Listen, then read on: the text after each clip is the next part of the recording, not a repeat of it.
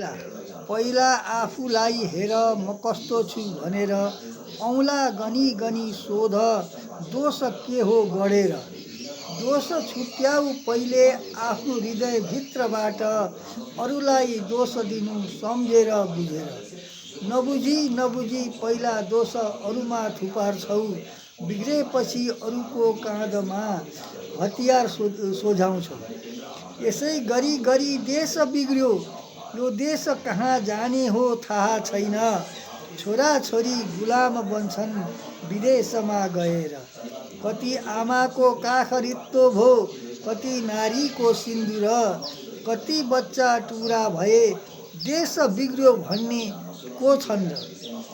देश सारा सुन्ने भो अस्ताएको घाम रे, हामी मर्ने बेलामा काँध हाल्ने कुनले।